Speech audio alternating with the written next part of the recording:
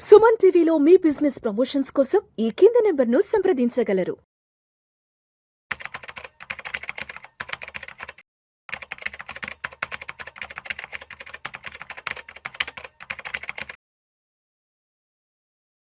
నమస్తే సార్ అనిల్ గారు. నమస్తే అండి. అనిల్ గారు, మ్యూచువల్ ఫండ్స్ కి సంబంధించిన మోస్ట్ ఇంపార్టెంట్ అప్డేట్ ఒకటి వచ్చింది యాంఫీ నుంచి.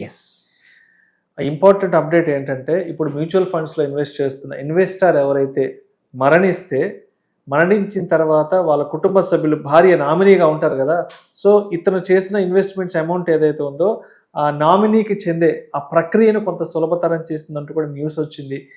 ఒక్కసారి దాని డీటెయిల్గా చెప్పగలరు? తప్పకుండా. సో మ్యూచువల్ ఫండ్స్ ఇప్పుడు ఏమవుతుందంటే, ఇబ్బంది ఏమవుతుందంటే, చేసిన వాళ్ళు ఏమైనా జరిగితే వాళ్ళ నామినీ ఎవరైనా కానివ్వండి, భార్యాభర్త, తమ్ముడు, ఎవరు వచ్చినా సరే, ఇష్యూ ఏమవుతుందంటే క్లెయిమ్ చేయడానికి వెళ్ళినప్పుడు నువ్వు కొంచెం తేడా కనబడుతుంది. పేరులోను, అడ్రస్లోను, పిన్ కోడ్లోను, సిటీ పేరులోను, కాలనీ పేరు, ఏదో ఒక పేరులో చిన్నపాటి తేడాలు కనబడుతున్నా ఏమవుతుంది, దానివల్ల చాలా రోజులు ఇబ్బందులు పడుతూ ఉన్నారు. చాలా డాక్యుమెంటేషన్ అవసరం వస్తూ ఉంది. ఆర్టీఐ దగ్గరికి వెళ్ళడము, అవన్నీ కన్ఫర్మ్ చేయడము, వెరిఫై చేయడం అనే కాంప్లికేటెడ్ స్టెప్ అవుతుంది. ఒకటి, ఆల్రెడీ ఫ్యామిలీ మెంబర్స్ వీళ్ళు మరణించారనే బాధలో ఉంటారు అండ్ ఆర్థిక ఇబ్బందుల్లో కూడా ఉంటారు. ఆర్థిక అవసరాల కోసమే ఇది సేవ్ చేసేది. అలాంటిది ఇట్లాంటి చిన్నపాటి తేడాలు ఉన్నా కానీ యూనిట్ల బదిలీ అనేది ఆపేయడం జరుగుతుంది ఇప్పుడు కరెంట్లీ ఉన్న పరిస్థితులు, ఎగ్జిస్టింగ్ పరిస్థితి. సో దీన్ని కొంచెం అంటే సులభతరం చేయడానికి ఏం చేసిందంటే, ఇప్పుడు ఓన్లీ ఆర్టీఏకు ఉన్న పవర్, అంటే ఆర్టీఏలు 2 ఉన్నాయి, క్యాంప్స్, కేఫిన్టెక్.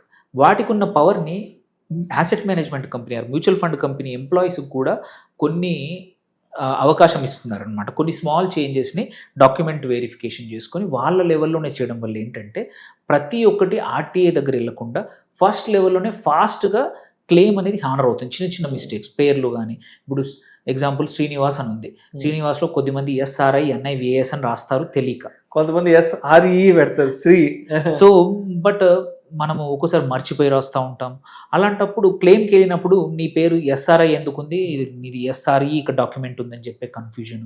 ఇట్లాంటి వాటన్నిటికి కొత్త మార్గదర్శకాల ప్రకారం ఏంటంటే, చిరునామాలో కానీ చిన్న పేర్లలో కానీ ఏమైనా మార్పులు ఉంటే దానికి తగ్గట్టు సంబంధిత డాక్యుమెంట్ ఏదైతే ప్రూఫ్ ఉందో అది చూపించి, ఆర్ ఇంకా వేరే ఏదైనా చిన్న అడ్రస్లో, చాలా మటుకు ఏంటంటే అడ్రస్లో ప్రాబ్లమ్స్ ఉంటాయి.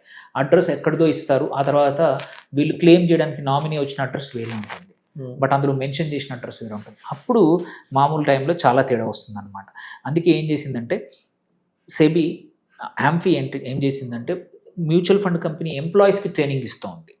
ఈ సర్టిఫికేషను, ఈ అవగాహన అనేది వాళ్ళే కల్పిస్తున్నారు.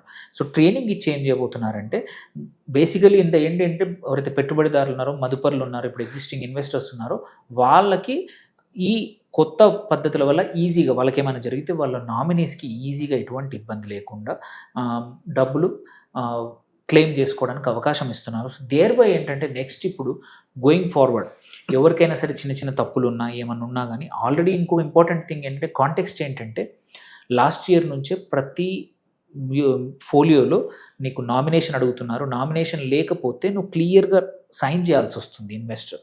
నామినేషన్ తీసుకున్నా కానీ ఇప్పుడు కంపల్సరీ వాళ్ళ పాన్ నెంబర్ కానీ, ఒక డాక్యుమెంట్ కానీ, వాళ్ళ అడ్రస్, వాళ్ళ నేము, వాళ్ళ ఫుల్ డేట్ ఆఫ్ బర్త్తో సహా కంపల్సరీ అయిపోయింది. ఇంతకుముందు ఆప్షనల్ ఉండింది, బట్ ఇప్పుడు కంపల్సరీ అయింది. ఒక డాక్యుమెంటేషన్ కూడా ఒకటి, ఆధార్ అని ఇవ్వాలి, పాన్ అని ఇవ్వాలి, ఏదన్నా ఒక డాక్యుమెంట్ ఇవ్వడం కంపల్సరీ అయింది. కాబట్టి అట్లాంటి కాంటెక్స్ట్లో ఏమవుతుంది, మనము ఇచ్చిన డాక్యుమెంట్లో పేరు తేడా ఉండకపోవడం కాబట్టి జరుగుతుంది. కాబట్టి సో ఇప్పుడు going forward mutual funds companies compulsory ఈజీగా ఇట్లాంటి చిన్న తప్పులు ఉంటాయి, మరి పెద్ద ఇష్యూస్ ఉంటే మాత్రం స్టిల్ ఆర్టీఐ దగ్గరికి వెళ్ళి ఆర్ సక్సెషను లేకపోతే డాక్యుమెంటేషన్ ప్రూవ్ చేసుకోవాల్సిందే.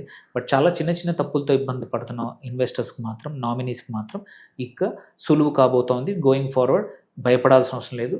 At the level of AMCA very క్విక్గా వాళ్ళు ఓకే చేస్తారు. ఫ్యూ డేస్లో మనకు కావాల్సిన డబ్బులు ఆర్ యూనిట్ ట్రాన్స్ఫర్ అనేది ఈజీగా జరిగిపోతుందండి. Right sir. సో తప్పనిసరిగా మనం డాక్యుమెంట్స్ ఇచ్చేటప్పుడు కానీ, మన సంతకాలు కానీ, అడ్రస్ కానీ అన్నీ పక్కాగా ఉండాలి. End of the day verify చేసినప్పుడు ఈజీగా ఉండాలి, లేదంటే ఆబ్వియస్గా ఎవరికైనా ఇబ్బంది అవుతుంది కదా. అవును. Right sir. Thank you sir. Thank you so much. Thank you.